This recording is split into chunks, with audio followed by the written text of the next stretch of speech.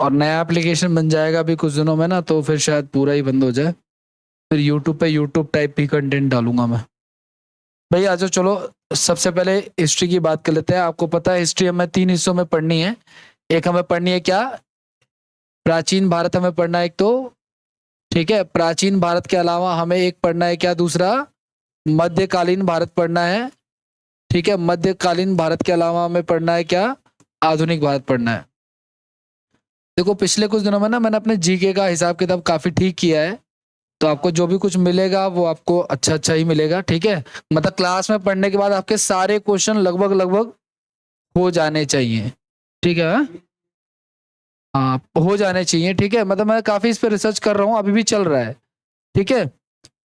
अब आ जाओ स्टोन सबसे, अब देखो प्राचीन भारत में भी ना, देखो सबसे पहले अगर आप बात करोगे प्राचीन भारत कहाँ से लेके कहाँ तक, तो सबसे पहले इसमें पाषाण काल का टॉपिक आता है guys, ठीक है ना।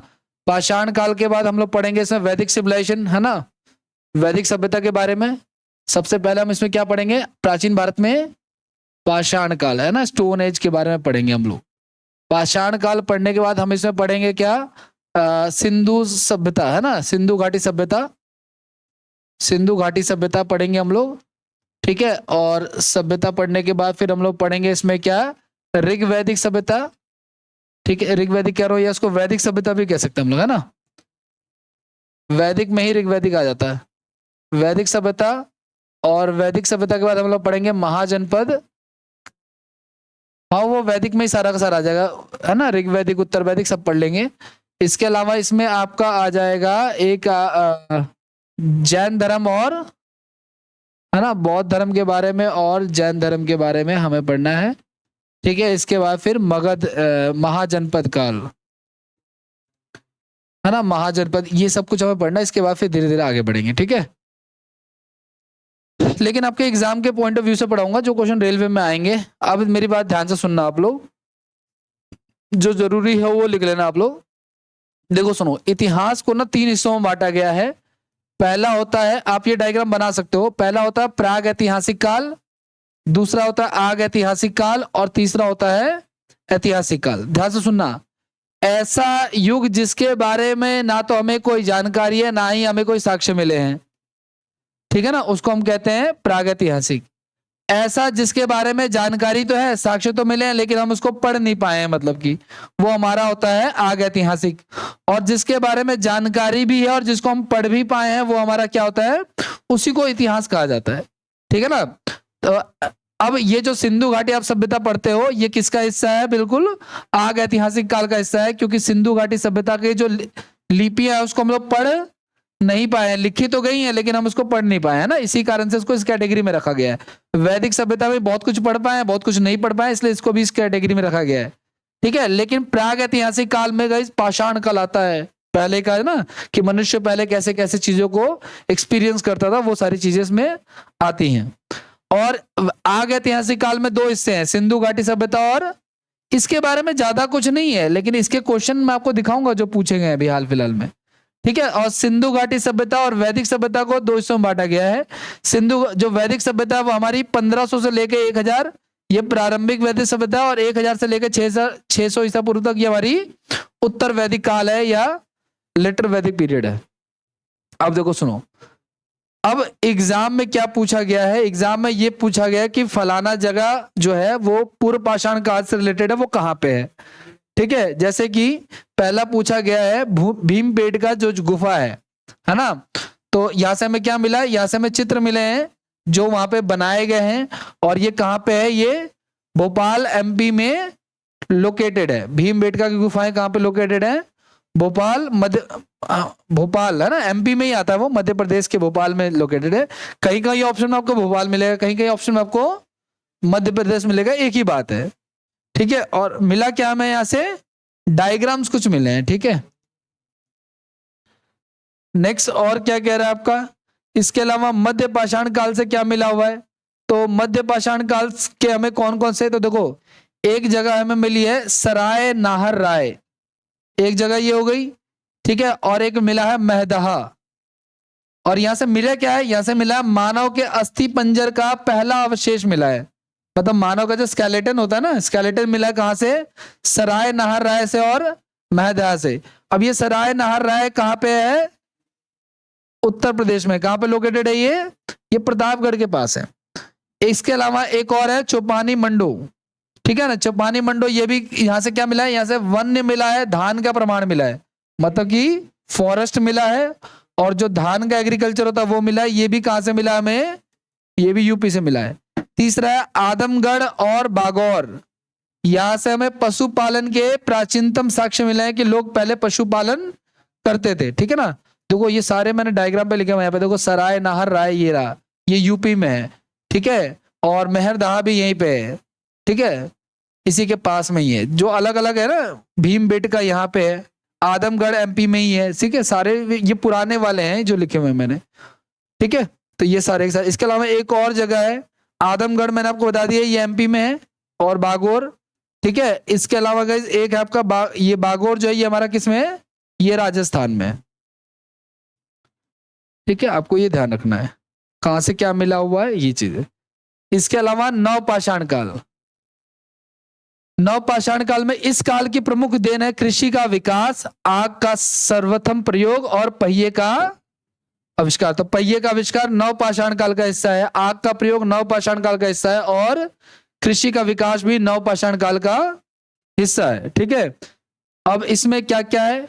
एक है कोलीडहवा, ठीक है ना, यहां से चावल के साक्ष्य मिले हैं।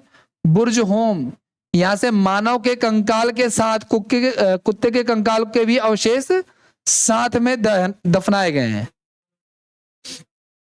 ठीक है। इसके अलावा एक जगह गई चिरांद, इसमें पशु हड्डी तथा हिरन के सींग के उपकरण मिले हुए हैं, उपकरण मतलब कि हथियार। एक है संगम कल्लू और पिकली हल और उतनूर, राख के टीले के साक्ष्य मिले, मतलब बहुत सारे राखों को जला करके क्या बना दिया गया? एक टीला सा बना दिया गया, पहाड़ सा बना दिया गया, ठीक है। तो इसमें आपका एक है कोहल दवा, ये एमपी में है, चिरान जो आपका ये यूपी में है, ठीक है ना। इसके अलावा और क्या क्या है? बुर्ज होम, बुर्ज होम कहाँ है? जम्मू एंड कश्मीर में है। बुर्ज होम कहाँ है? जम्मू एंड कश्मीर में है। चिरांद मैंने आपको बता दिया, चिरांद,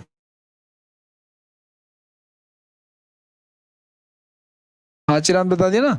इसके अलावा संगम कलू, पिकली हिल और उतनूर, इसके बारे में जानकारी नहीं है, लेकिन चलो अभी आगे आएगा। वैसे इसके क्वेश्चन भी नहीं है, थोड़ा सा मैंने एनसीईआरटी से उठाया था ये क्वेश्चन। क्या है देखो, पहला देखो मैंने आपको तीन बताया, इतिहास के तीन हिस्से हैं, पूर्व पाषाण काल है ना, मध्य पाषाण काल और नव पाषाण काल। पूर्व पाषाण काल का क्या है? भीमबेटका जो मिला वो सबसे पुराना, भीमबेटका गुफा है सबसे पुरानी है। दूसरे नंबर पर क्या था आपका? मध्य पाषाण काल। तो मध्य पाषाण काल का मैंने आपको बता दिया यहाँ पे, है ना, ये वाला जो है आपका ये मध्य पाषाण काल का हिस्सा है, ये वाला सराय नाहर राय महदहा चौपानी मंडू आदमगढ़ और बागोर, ठीक है। और नव पाषाण काल का है ना कोल्डी हवा और बुर्ज होम, चिरांद और संगम कल्लू, पिकली हल और उतनूर।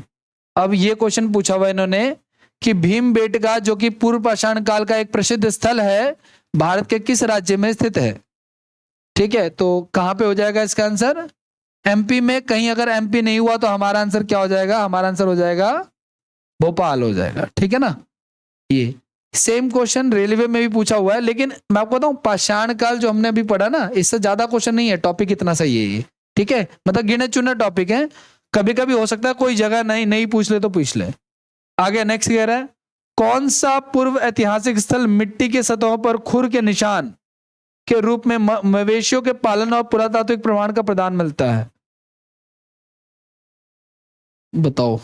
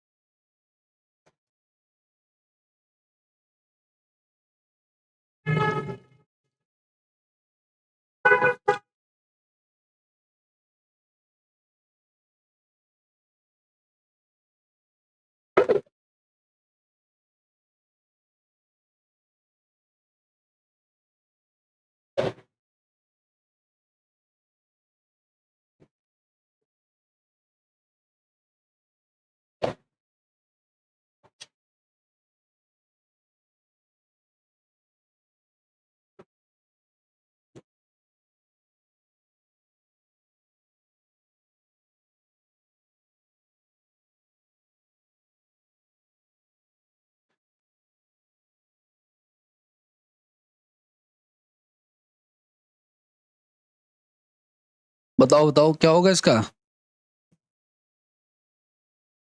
कह रहा है कौन सा स्थान ऐसा है जहां पे मिट्टी के सतह पर खुर के निशान, है ना, और मवेशियों के पालन का पुरातात्विक साक्ष्य मिलता है। तो मवेशियों का पालन हमने कहां पे देखा था भाई? देखो पशुपालन ये रहा ना हमारा, तो इसमें कोई है जगह?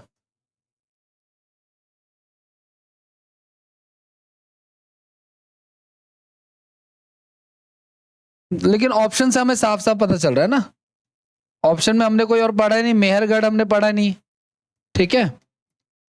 और ये जो कोल्ड चावल के साक्ष्य हैं वैसे तो यहाँ से। पशुपालन में आदमगढ़, बागौर,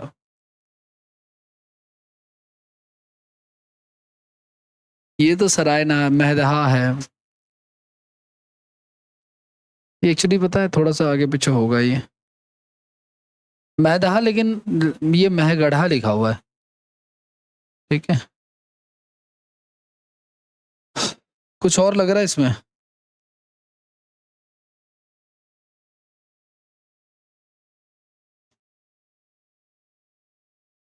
बता देता हूं मैं।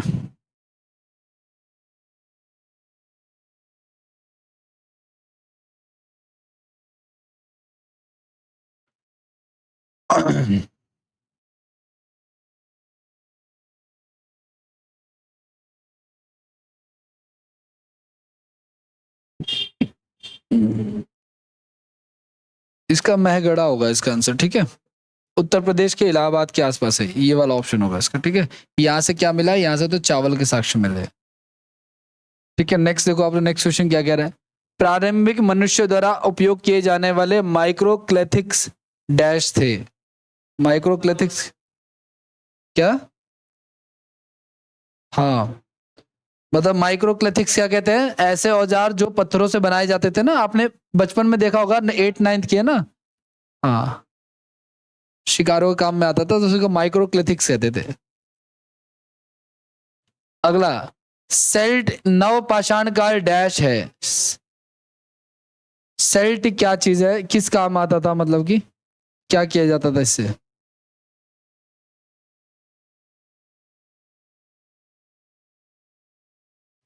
देखो सेल्ट, है ना, सेल खड़ी जैसे बोलते हैं ना, सेल खड़ी, तो वो सेल खड़ी को इंग्लिश में क्या बोलते हैं?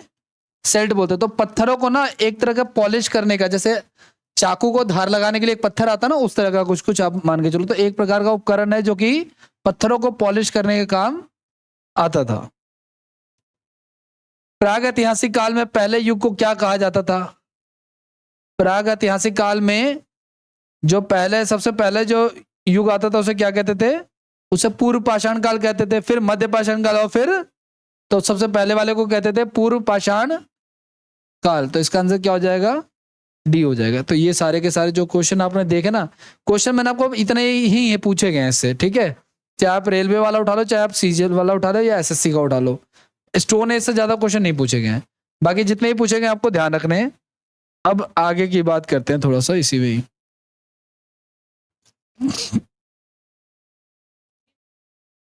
हाँ, मैं पीडीएफ भेज दूंगा आपको।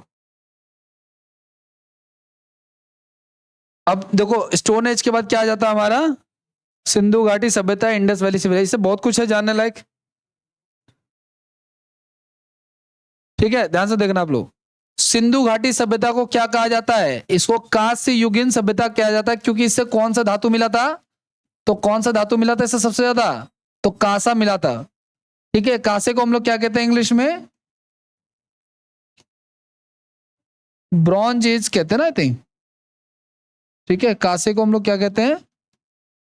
उसको तो हम लोग तांबा कहते हैं, कॉपर को तो, है ना, ब्रॉन्ज एज कहते हैं, ब्रॉन्ज धातु मिला था, ठीक है।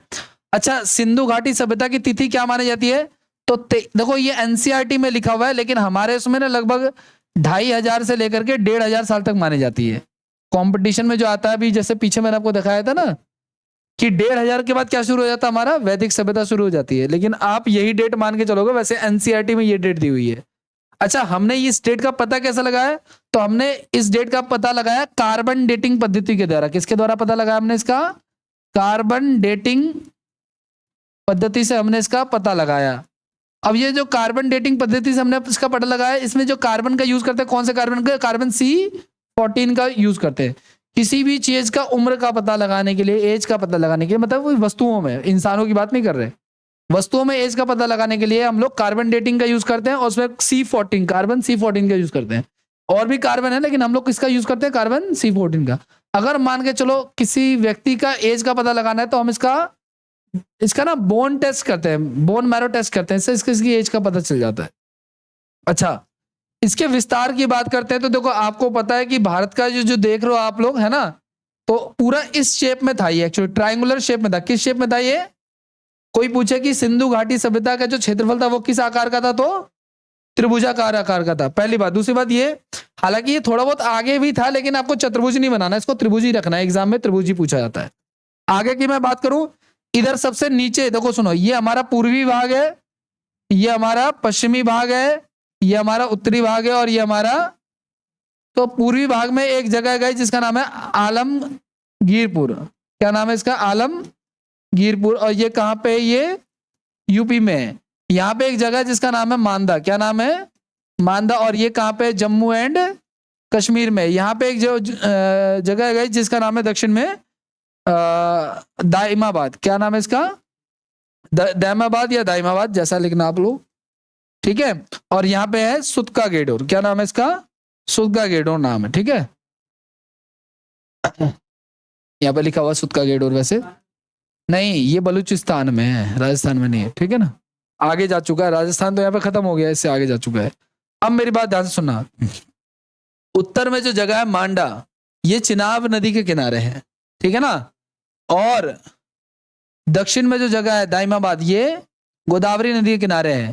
पूरब में जो जगह है आलमगीरपुर, ये हिंडन नदी के किनारे है। और पश्चिम में जो जगह है वो दाशक नदी के किनारे है। तो आपसे कोई पूछे कि भाई विस्तार बताओ, तो पूरब में आप क्या बताओगे? आलमगीरपुर, है ना भाई, आलमगीरपुर। यहाँ पे दाइमाबाद, यहाँ पे मांदा, और यहाँ पे सुतका गेडोर, है ना। और आपको नदियों के नाम भी पता होने चाहिए, हालांकि मैंने नदियों के नाम के क्वेश्चन नहीं देखे हैं, ठीक है, लेकिन आपको फिर भी पता होना चाहिए अगर मान लो कोई पूछ ले आपसे, तो ठीक है।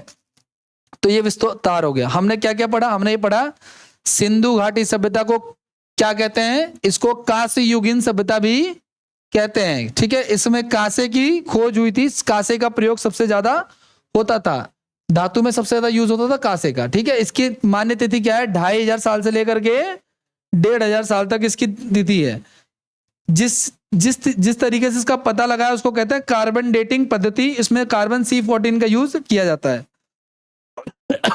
सिंधु घाटी सभ्यता की आकृति कैसी है? क्षेत्रफल की आकृति कैसी है इसकी? तो त्रिभुजाकार है, त्रिभुजाकार है, ठीक है। और इसका एरिया आप देख लो, उत्तर में जो सबसे पूर्वी जो पॉइंट है वो आलमगीरपुर, सबसे उत्तर में जो पॉइंट है, इसके आगे कुछ नहीं है, मतलब कि वो है आपका मांदा। दक्षिण में जो है वो दाइमाबाद, और यहाँ पे सुतका गेडोर। आपको नाम और वो भी याद रखने हैं।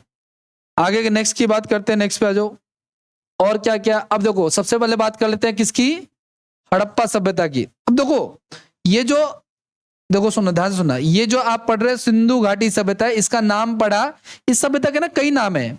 इसको सिंधु घाटी सभ्यता भी कहते हैं भाई, और क्या कहते हैं इसको हड़प्पा सभ्यता भी कहते हैं, और इसको सैंधव सभ्यता भी कहते हैं, इसको कांस्य युगीन सभ्यता भी कहते हैं। ये सारे नाम है इसके, ठीक है। सिंधु सभ्यता क्यों कहते हैं? क्योंकि सिंधु नदी के किनारे ये बसा हुआ है। हड़प्पा सभ्यता क्यों कहते हैं? क्योंकि सबसे बड़ा शहर जो है वो हड़प्पा था, ठीक है। कांस्य युगीन इसलिए कहते हैं क्योंकि कांसे की खोज हुई थी। सैंधव सभ्यता इसी सिंधु का सिनोनिम है ये। तो अब देखो, हड़प्पा की बात करते हैं। ये हड़प्पा कहाँ पे है? ये पाकिस्तान में है। अब इस हड़प्पा से क्या क्या मिला, ध्यान से सुनना आप लोग। पहली बात तो ध्यान रखना, ये जो हड़प्पा है ये रावी नदी के बाएं तट पर स्थित है, ठीक है। ये क्वेश्चन बार बार पूछा जाता है। देखो, ये जो आप देख रहे हो ना सिंधु घाटी सभ्यता, इसमें जो अलग अलग नाम देख रहे हो, जैसे हड़प्पा नाम देख लिया आपने, ये हम पढ़ने वाले हैं। ये हड़प्पा नाम देख लिया आपने, मोहनजोदाड़ो नाम देख लिया है, और भी ये नाम है। देखो, जैसे कि यहाँ पे धौलावीरा हम पढ़ेंगे, ठीक है, राखीगढ़ी पढ़ेंगे, है ना, और बनावली पढ़ेंगे, रोपड़ पढ़ेंगे, मांडा हमने पढ़ लिया थोड़ा सा, इस प्रकार से अलग अलग नाम जो है ना आएंगे, कोट दिज्जी पढ़ेंगे, चन्हू दड़ो पढ़ेंगे, ये सब इंपॉर्टेंट है।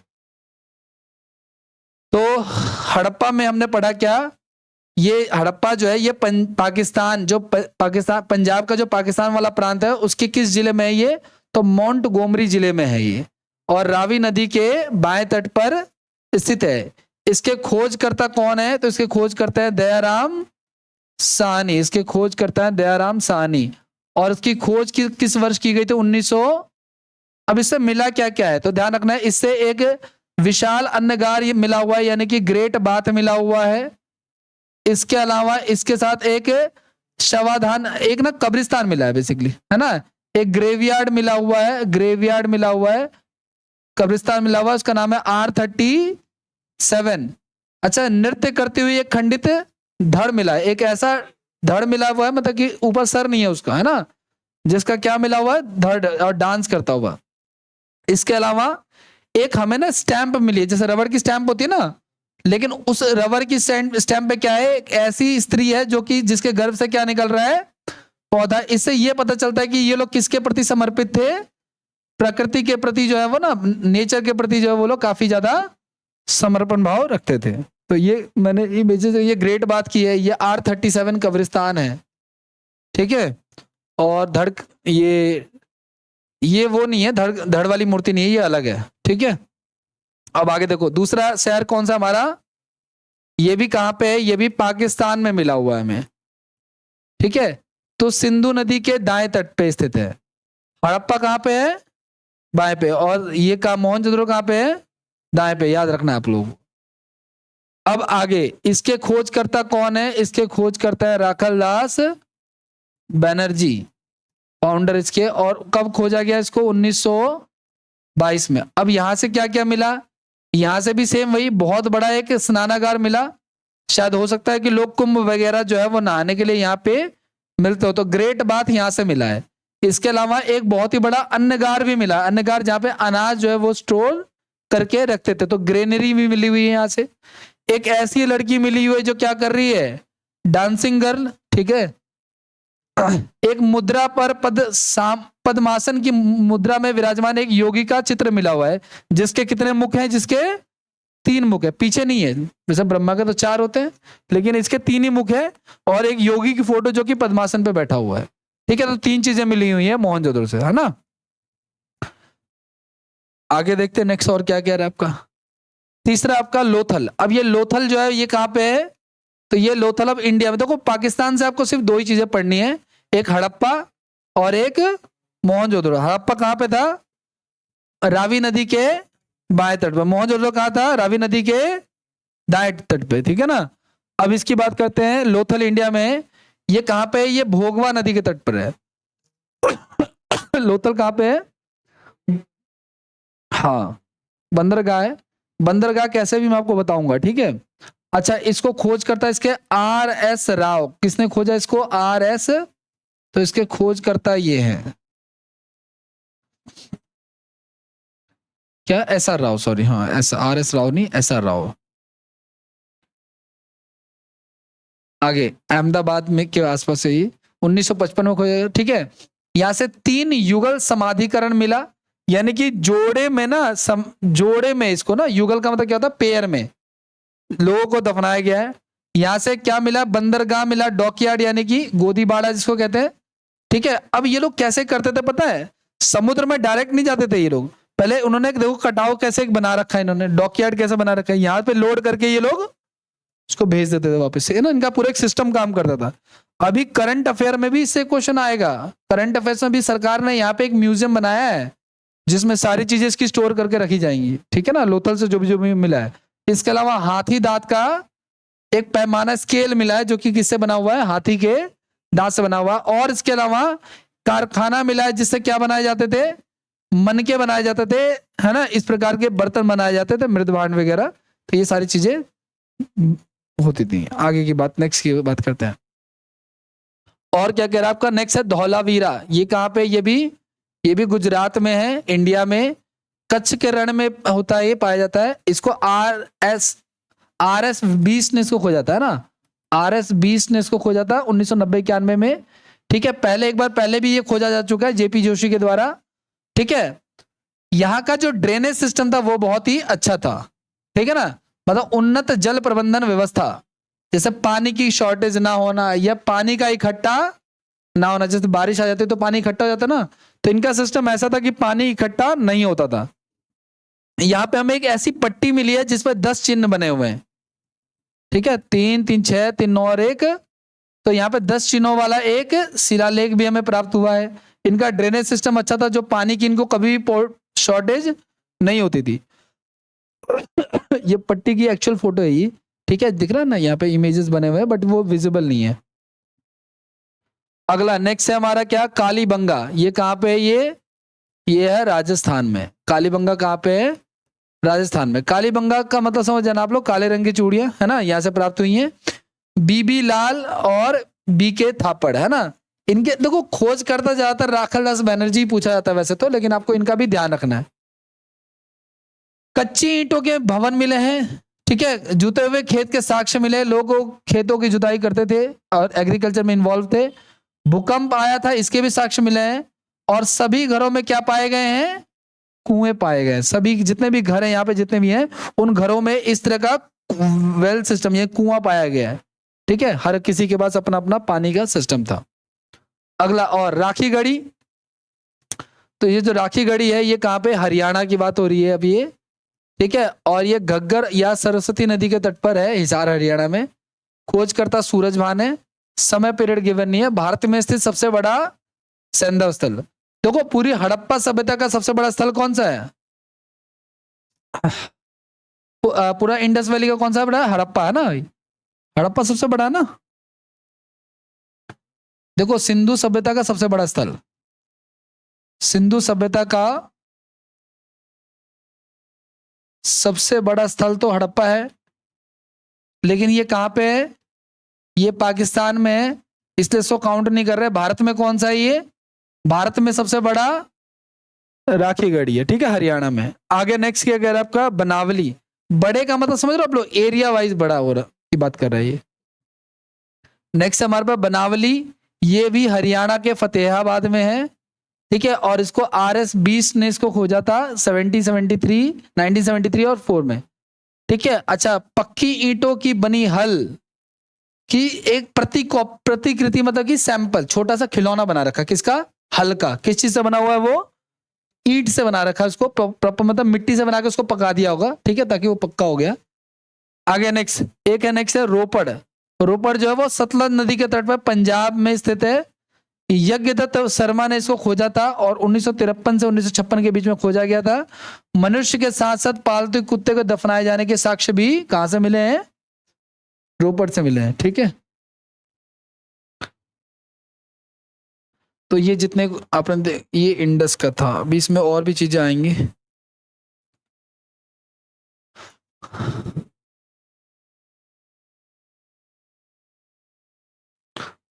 इंडस में इतना ही सब कुछ है, आपको ये ध्यान रखना है। नेक्स्ट क्लास में इसके क्वेश्चन कराऊंगा मैं, ठीक है। जब आप लोग नेक्स्ट क्लास में आना ना, तो ये रिवाइज करके आना, इसके क्वेश्चन करेंगे हम लोग। जरूरी नहीं क्वेश्चन में से वही होगा जो मैंने पढ़ाया है, वो भी हो सकता है जो नहीं पढ़ाया है।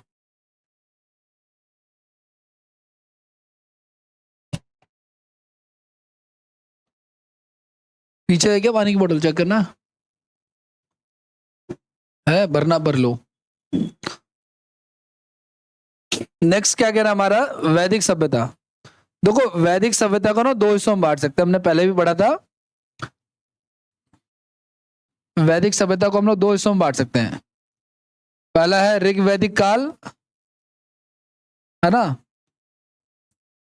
ऋग वैदिक काल, और दूसरा है उत्तर वैदिक काल।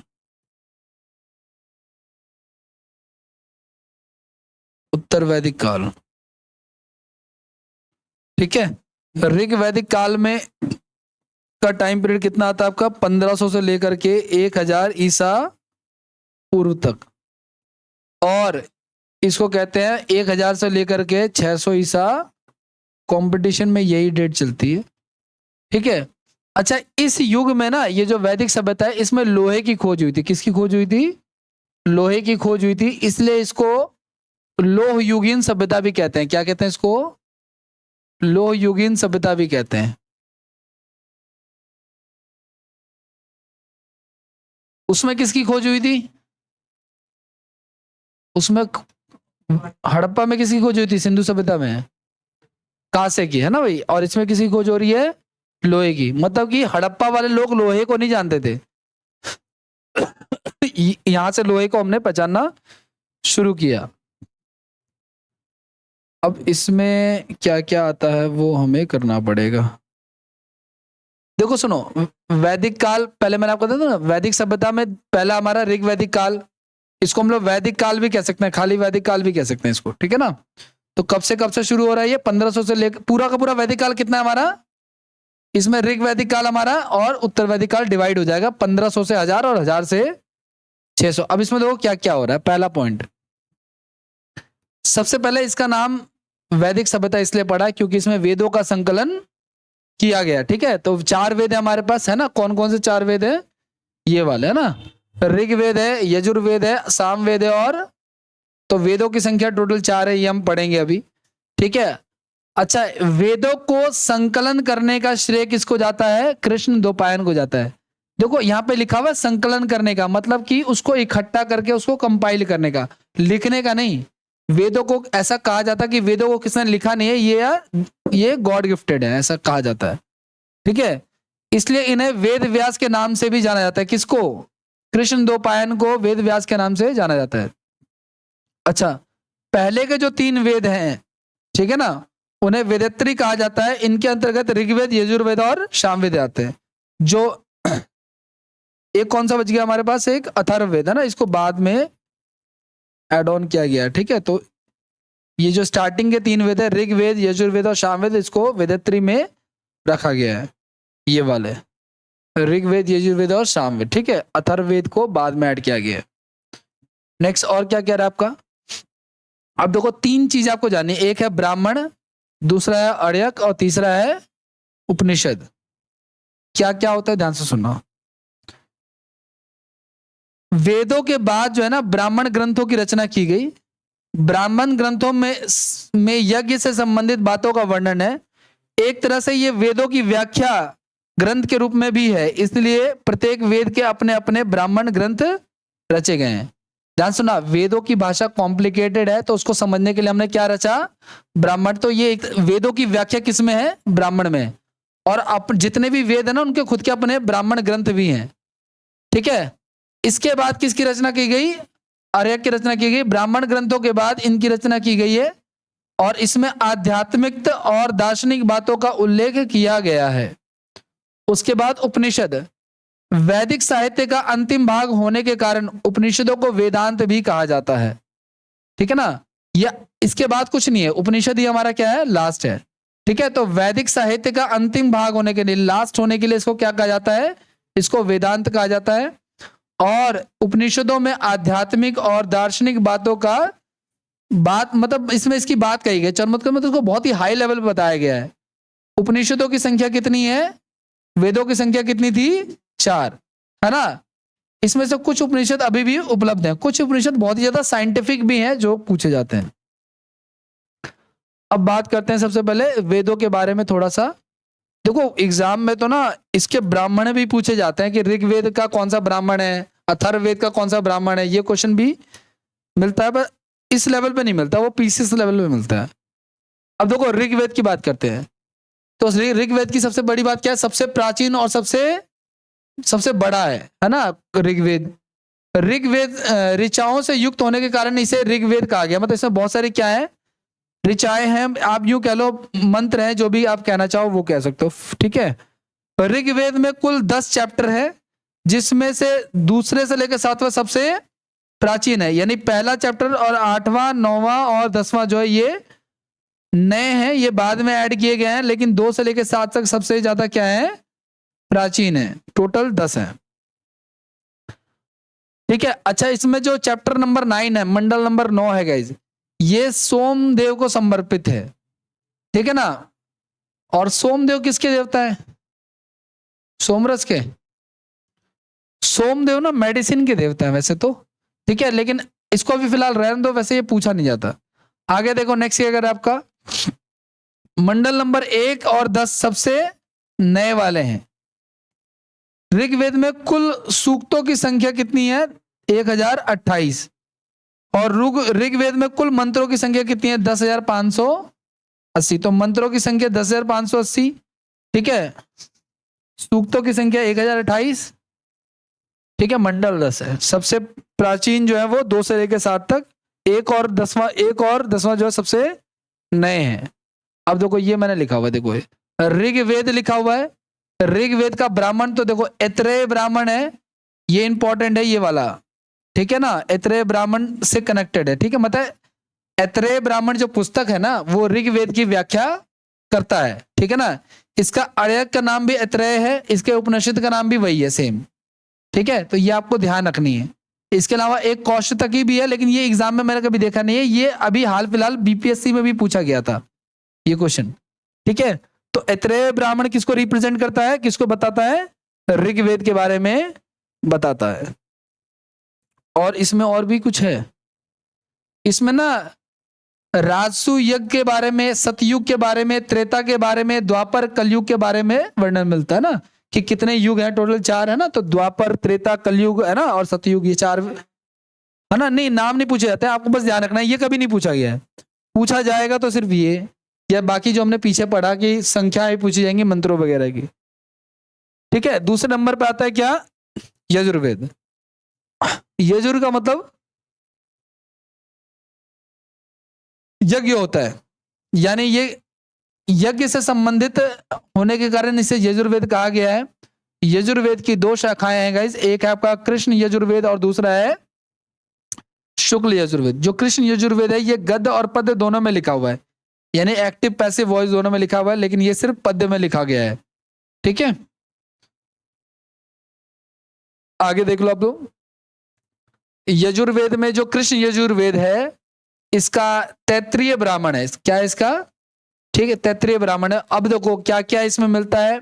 तमसो मां ज्योतिर्ग में कथन जो है वो वृण। अब देखो इसका उपनिषद चेंज है थोड़े से, क्या सुना? इसका ब्राह्मण तैत्रीय है, इसका आर्यक तैत्रीय है, उसका उपनिषद देखो, ये देखो ये देखो यजुर्वेद के 2 है ना, कृष्ण यजुर्वेद, और इन सबसे रिलेटेड पॉइंट यहां पे लिख दिए इन्होंने। क्या? ये जो तमसो मां ज्योतिर्ग में गया है बेसिकली ये है ना वृद्धनायक उपनिषद से लिया गया है, इस वाले पॉइंट से लिया गया है, ठीक है।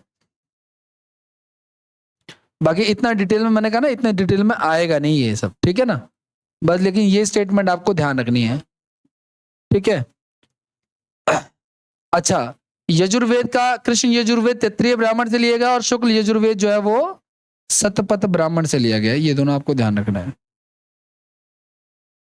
अगला सामवेद की बात करते हैं, ठीक है। शाम अर्थात है ना, स से सामवेद, स से संगीत, याद रखना आप लोग, ठीक है। तो संगीत को रिप्रेजेंट करता है ना, गाने से रिलेटेड है ये, ठीक है। तो गायन से संबंधित होने के कारण इसका नाम सामवेद है।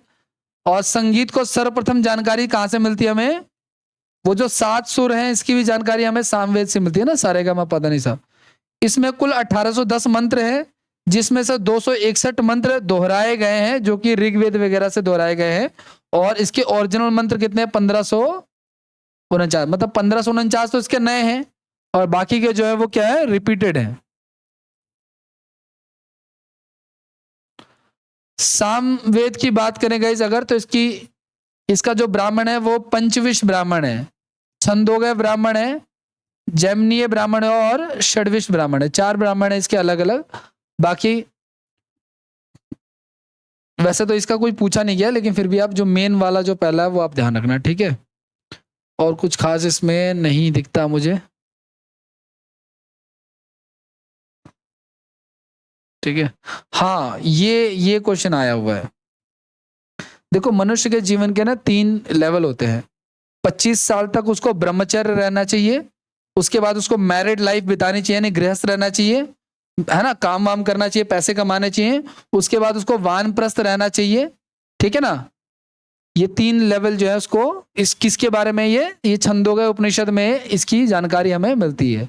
ये किससे रिलेटेड है? अल्टीमेटली सामवेद से रिलेटेड है। इसके बाद है कि मोक्ष भी आता है एक्चुअली, ठीक है ना। वानप्रस्थ में के बाद एक्चुअली यहाँ पे 3 ही लिखा हुआ है। वानप्रस्थ में आदमी जंगल में चला जाता है, मोक्ष की प्राप्ति करता है, भक्ति करता है। 3 लेवल होते हैं इसके। नेक्स्ट की बात करते हैं अथर्ववेद की। जिस ऋषि ने लिखा अथर्वा ऋषि ने, उनके नाम पे ही पड़ गया अथर्ववेद। इसमें क्या है, भूत प्रेत जादू टोना है ना, रोग निवारक, शत्रु दमन, ये सारी चीजें हैं। सभी चीजों का छुटकारा यहीं पे है, ठीक है ना। बाबा मूसा खां बंगाली के पास यही किताब है जो आपको जॉब दिलाएंगे, ठीक है। अच्छा, अथर्ववेद के ब्राह्मण की बात कर लेते हैं, गोपत ब्राह्मण, ठीक है। और इसमें क्या है, मुंडको उपनिषद है, ये क्वेश्चन आता है ना। तो सत्यमेव जयते जो है वो मुंडको उपनिषद से लिया गया है, ठीक है। सबसे छोटा, जितने भी उपनिषद हमने पीछे देखे उसमें सबसे छोटा उपनिषद है वो मांडुक्य उपनिषद है, जो इसी का ही पार्ट है, ठीक है। अब बात करते हैं ऋग वैदिक काल के बारे में। उपनिषद तो मैंने आपको डायरेक्ट बता दिया क्योंकि इससे डायरेक्ट क्वेश्चन आता है।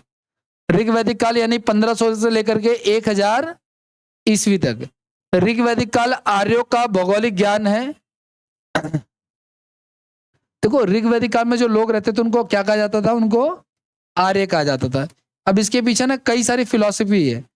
आर्य जो थे वो कहां से आए थे, ऐसा कहा जाता था कि वो मध्य एशिया से आए थे, हिंदू कुश पर्वत को क्रॉस करके, ठीक है ना।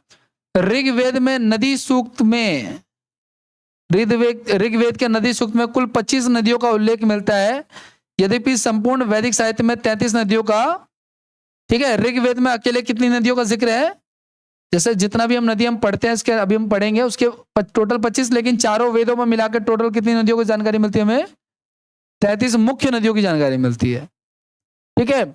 सबसे पवित्र नदी, सर्वाधिक उल्लेख किसका मिलता है, सर्वाधिक उल्लेख मिलता है सिंधु नदी का, ठीक है ना।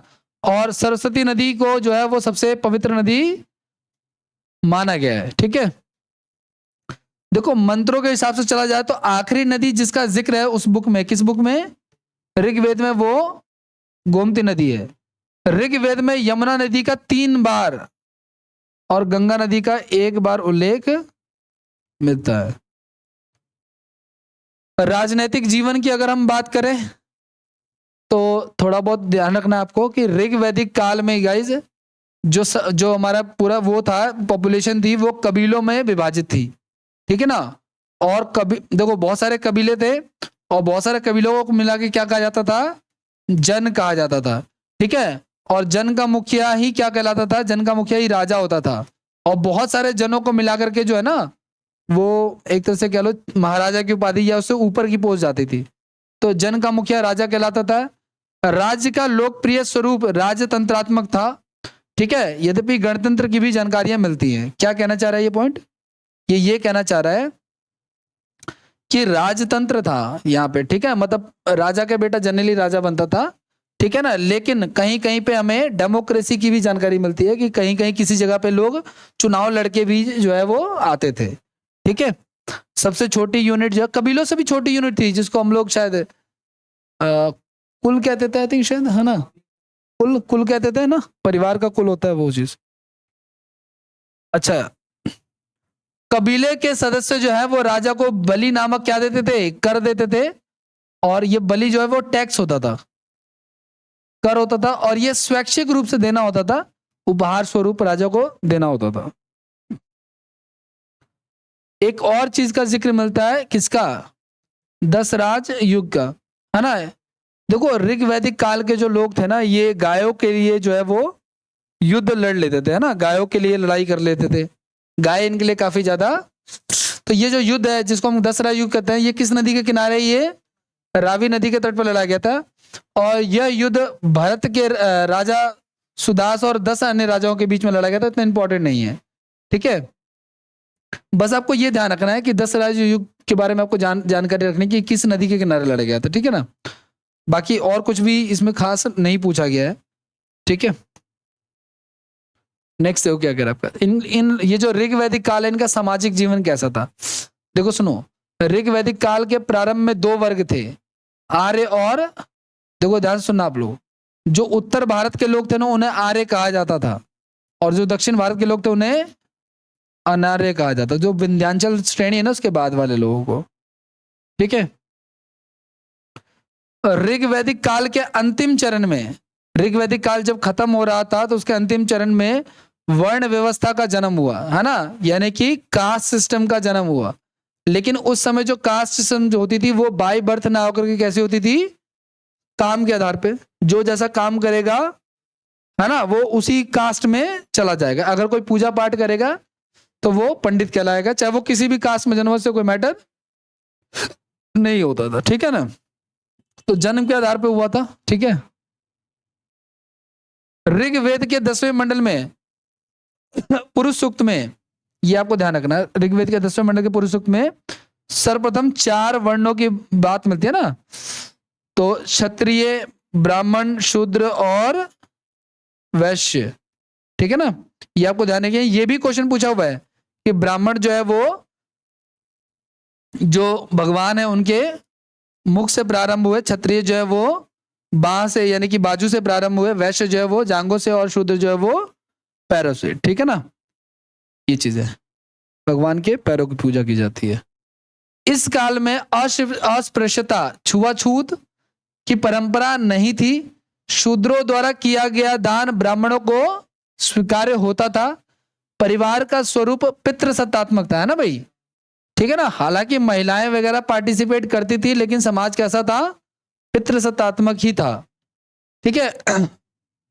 परिवार का मुखिया क्या कहलाता था, परिवार का मुखिया या तो पिता या फिर बड़ा कोई भाई होता था जो मेल होता था। अगला और क्या कह रहा है, वेद और उपवेद की बात कर रहे हैं, तो ये आपको ध्यान रखना है।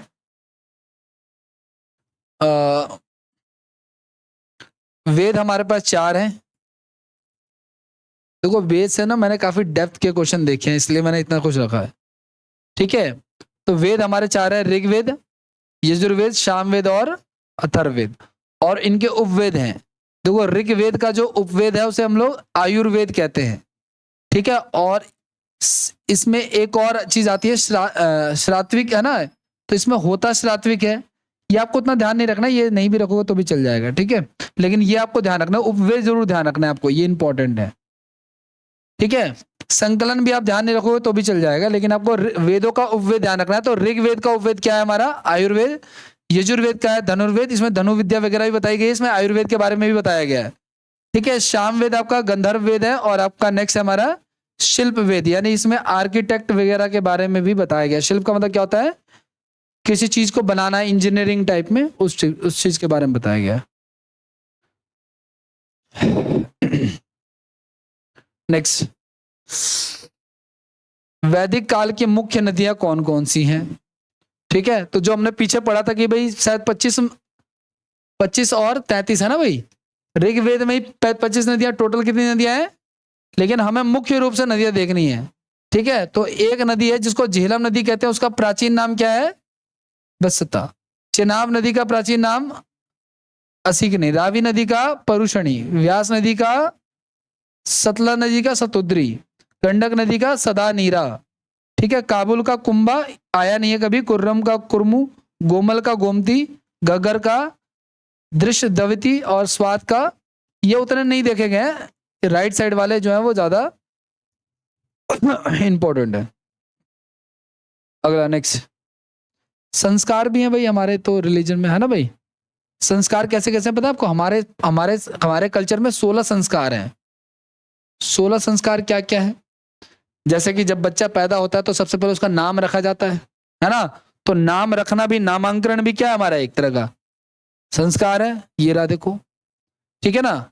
उसका जात कर्म, यानी किस रिलीजन से बिलोंग करेगा, वो सब कुछ। लेकिन कुछ के बारे में हम जानते हैं, जैसे अन्नप्राशन के बारे में सुना होगा आप लोगों ने। बच्चा जब जन्म लेता तो उसको 6 महीने बाद पहली बार उसको अनाज खिलाया जाता है, खीर वीर बना के, या शायद उसको चटाते हैं ना, तो वो क्या कहलाता है, अन्नप्राशन। इसके अलावा एक संस्कार अभी भी है जो हम फॉलो करते हैं डेलीगेटली, शादी तो होके रहेगी, आज करो चाहे कल, तो ये भी हमारे 16 संस्कारों में से एक है। इसके अलावा केश का त्याग करना, जैसे कोई डेथ कर जाता तो हम बाल छोड़ देते हैं ना, आजकल ये लोग छोड़ रहे हैं, ठीक है। तो बहुत सारे ऐसे हैं, गर्भाधान, है ना, शादी के बाद जो है वो आगे फैमिली को आगे बढ़ाना, ये सब कुछ होता है। इसके अलावा कर्ण भेद, कानों को छेदना, ये सब लड़कियों के लिए शायद आते हैं, मुझे नहीं पता क्या है डिटेल में, लेकिन चूड़ाकरण, कर्ण भेद, है ना, विद्या धारण करना है ना, एजुकेशन लेना, ये भी हमारा एक क्या है, ठीक है। अंत्योष्टि क्या होता है, जब किसी को जलाते हैं उसके बाद उसके तेरहवीं वेरी करना, ये सब उसके, तो सबके बारे में नहीं ध्यान रखना, बस आपको ध्यान रखना है कि हमारे टोटल कितने संस्कार हैं टोटल।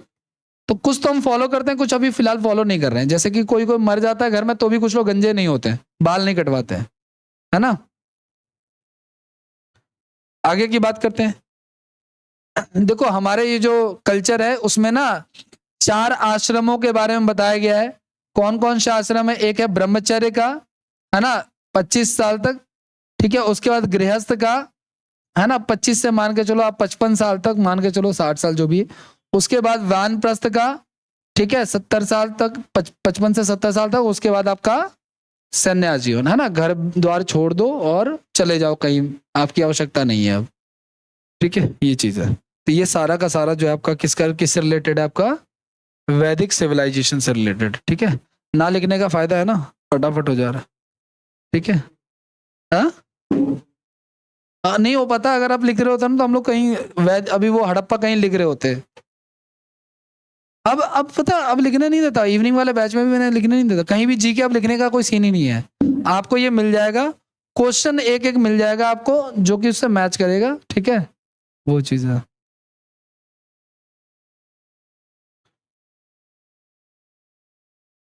अब पता है मैंने रखे तो क्वेश्चन भी हैं, लेकिन अभी करवाऊंगा नहीं।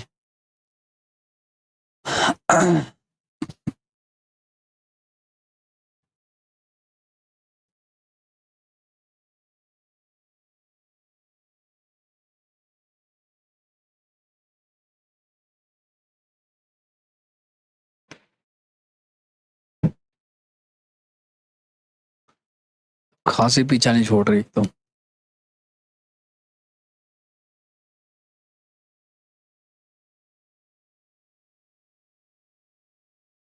ओहो, जैनिज्म एंड बुद्धिज्म, जैन धर्म और बौद्ध धर्म। सबसे पहले जैन धर्म के बारे में थोड़ा सा जानते हैं कैसा जो।